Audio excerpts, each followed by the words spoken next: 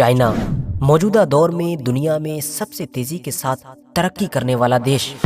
اب اس بات میں کوئی بھی شک نہیں رہ گیا ہے، مطلب سارے ہی ایکسپرٹس کھل کر یہ بات کہنے لگے ہیں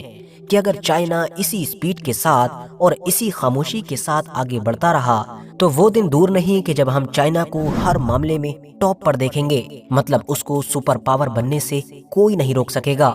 کیونکہ چاہے بات اکانومی کی ہو، ملٹری کی ہو، ملٹری میں بھی ایئر فورس ہو، نیوی ہو، لینڈ آرمی ہو، ہر معاملے میں ہی چائنا کی گروتھ بے مثال نظر آتی ہے۔ لیکن ایک منٹ، جیسا کہ ہم سبھی یہ بھی جانتے ہیں کہ آج کے دور میں تو سپر پاور ہونے کے لیے یہ ساری چیزیں بھی کافی نہیں ہیں، بلکہ ان تمام چیزوں کے ساتھ ساتھ ایک اور بھی ایسی چیز ہے کہ جو ان سے بھی زیادہ اہم اور ان سے بھی زیادہ طاقتور ہے۔ ایون آنے والے دور میں پوری دنیا پر راج کر ہی وہی سکے گا کہ جس کے پاس یہ اہم چیز موجود ہوگی۔ تو سوال یہ ہے کہ یہ اہم چیز کیا ہے، اور اس میں بھی چائنا پوری دنیا کو کس طرح سے حیران کر رہا ہے، اور اس پورے معاملے میں اس اہم چیز میں چائنا میں رہنے والے جو مشہور اوئیگر مسلمان ہیں ان کا کیا اینگل ہے، ان سارے ہی سوالوں کے جواب جاننے کی کوشش کرتے ہیں آج کے اس ویڈیو میں۔ آرچ نیٹ ورک کے نالجبل فرینڈ، سب سے پہلے تو آپ یہ سمجھ لیجئے کہ جس طاقت کے بارے میں ہم بات کر رہے ہیں وہ کچھ اور نہیں بلکہ سائبر وارفیئر ہے، مطلب کہ ہیکنگ کی دنیا،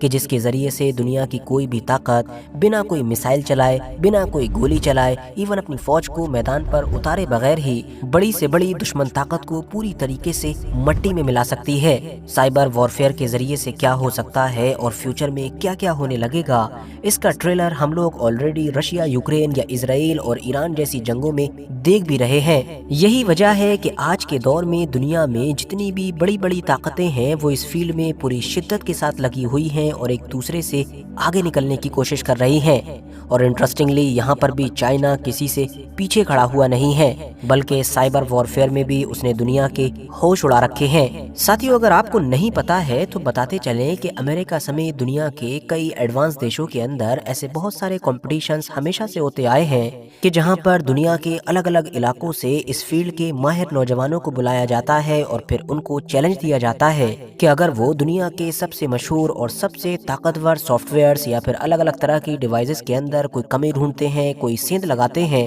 تو پھر ان کو بڑے سے بڑا انعام دیا جائے گا۔ اس طرح کے کمپٹیشنز امریکہ، کینیڈا یا اس طرح کے باقی دیشوں میں لمبے وقت سے ہوتے آ رہے ہیں۔ اور انٹرسٹنگ بات یہ ہے کہ ان سبھی کمپٹیشنز میں چائنیز لڑکے بھی نہ صرف بڑھ چڑھ کر حصہ لیتے آئے تھے، بلکہ جو ونرز کی لسٹ ہوا کرتی تھی ان میں بھی زیادہ تر چائنیز ہی نظر آتے تھے۔ مطلب چائنیز ہیکرز نے ہی دنیا کو اپنا دیوانہ بنا رکھا تھا۔ ان کمپٹیشنز میں زیادہ تر چائنیز کا ہی جلوہ نظر آتا تھا۔ دھیرے دھیرے وقت گزرا اور پھر سال آیا 2017 کا۔ اس کے بعد اچانک سے کچھ ایسا بدلاؤ دکھا کہ جو شاید پہلے کسی نے ایکسپیکٹ نہیں کیا تھا۔ وہ بدلاؤ یہ تھا کہ اس طرح کے سارے کمپٹیشنز پر راج کرنے والے جو چائنیز ہیکرز تھے وہ اچانک سے کہیں غائب ہو گئے۔ ہیکنگ کی دنیا میں انٹرسٹ رکھنے والے لوگ حیران اور پریشان تھے کہ آخر یہ جو چائنیز ہیکرز ہیں یہ گئے تو گئے کہاں؟ لیکن حیران اور پریشان رہنے والے ان عام لوگوں کے علاوہ بھی یہاں پر کوئی تھا کہ جو سب سے زیادہ پریشان تھا، اور وہ کوئی اور نہیں بلکہ خود امریکہ تھا۔ اس طرح کے کمپٹیشن سے اچانک سے چائنیز ہیکرز کا پوری طریقے سے غائب ہو جانا امریکہ کو ہی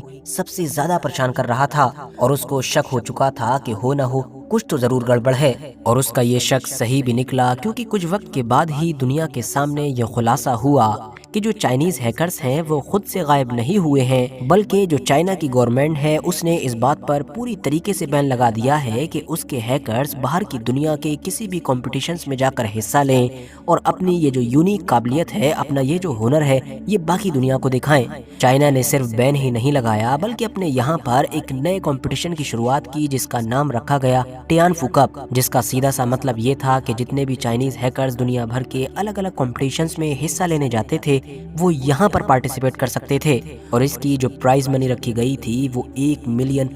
سے بھی زیادہ تھی۔ ظاہر ہے معاملہ بالکل صاف ہو چکا تھا اور امریکہ جیسی تمام بڑی طاقتوں کے کان کھڑے ہو چکے تھے۔ ان کو سمجھ آ چکا تھا کہ چائنا کا ارادہ کچھ اور نہیں بلکہ ان زبردست ہیکرز کی مدد سے اپنی سب سے طاقتور اور خطرناک سائبر آرمی کو کھڑا کرنا ہے۔ نومبر 2018 میں اس ٹیانفو کپ کا پہلا ایونٹ چائنا کے چینگڈو شہر میں کروایا گیا۔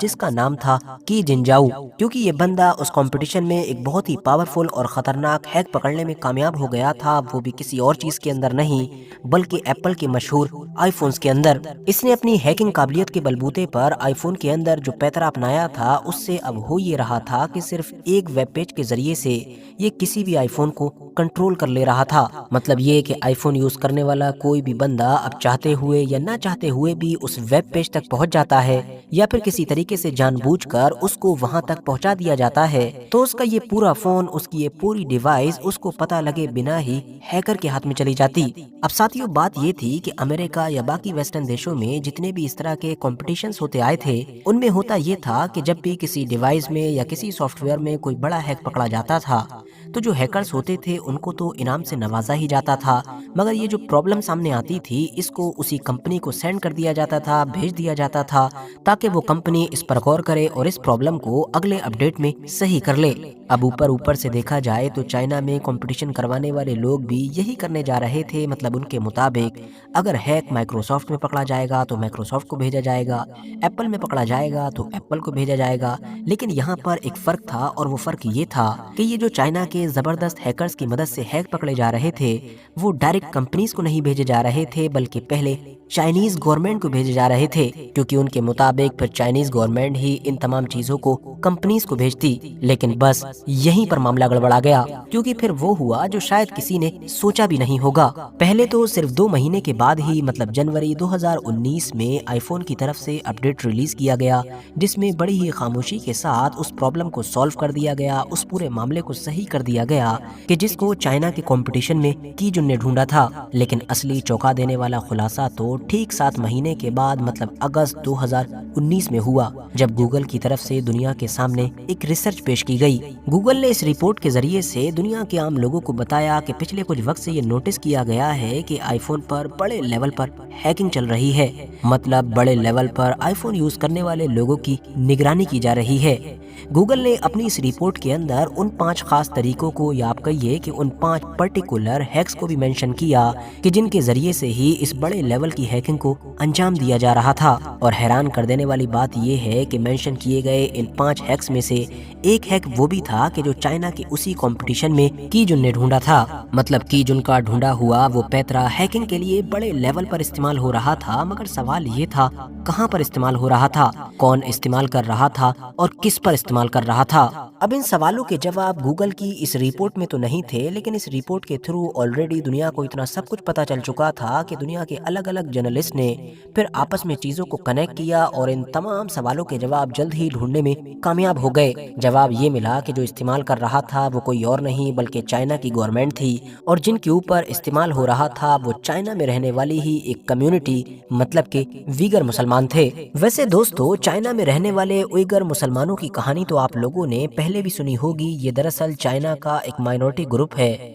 کہ جو اس کے شنجیانگ کے علاقے میں رہتا ہے، اور ان کی نسل اور ان کے ریلیجن کی وجہ سے چائنیز گورنمنٹ ان کے اوپر پچھلے کئی سالوں سے ظلم و ستم کر رہی ہے۔ پچھلے ایک لمبے وقت سے اس طرح کی لگاتار رپورٹس آتی ہی رہی ہیں جس سے یہ صاف پتہ چلتا ہے کہ چائنا کی جو کمیونسٹ گورنمنٹ ہے وہ ہر وہ ہتھ کنڈا اپنا رہی ہے کہ جس کے ذریعے سے ان لوگوں کو ان کے اپنے ریلیجن مطلب کہ اسلام سے دور کر سکے یا پھر ان کی جو نسل ہے اس کو کمزور کر سکے۔ بڑی تعداد میں ویگر مسلمانوں کو بلا کسی جرم کے ڈیٹینشن کیمپس کے اندر بند رکھا گیا، وہاں پر ان کو الگ الگ طریقے سے ٹارچر کرنے کی خبریں بھی آتی رہیں۔ باقی جو لوگ اپنے اپنے گھروں میں بھی رہتے ہیں ان کے اوپر بھی ہر وقت نگرانی رکھی جاتی ہے۔ اب وہ جو اس دور میں چائنا کے اندر بڑے لیول پر آئی فون کی ہیکنگ ہوئی تھی وہ دراصل اسی ظلم و ستم کا ایک حصہ تھا، بلکہ یہ کہہ سکتے ہیں کہ ایک پروسیس تھا کہ جو ظلم و ستم چائنیز گورنمنٹ کی طرف سے ویگر مسلمانوں کے اوپر ہوتا آیا ہے۔ اس ہیکنگ کے ذریعے سے اس بات پر نظر رکھی گئی تھی کہ ویگر مسلمانوں کے موبائل میں کس طرح کا کنٹینٹ ہے،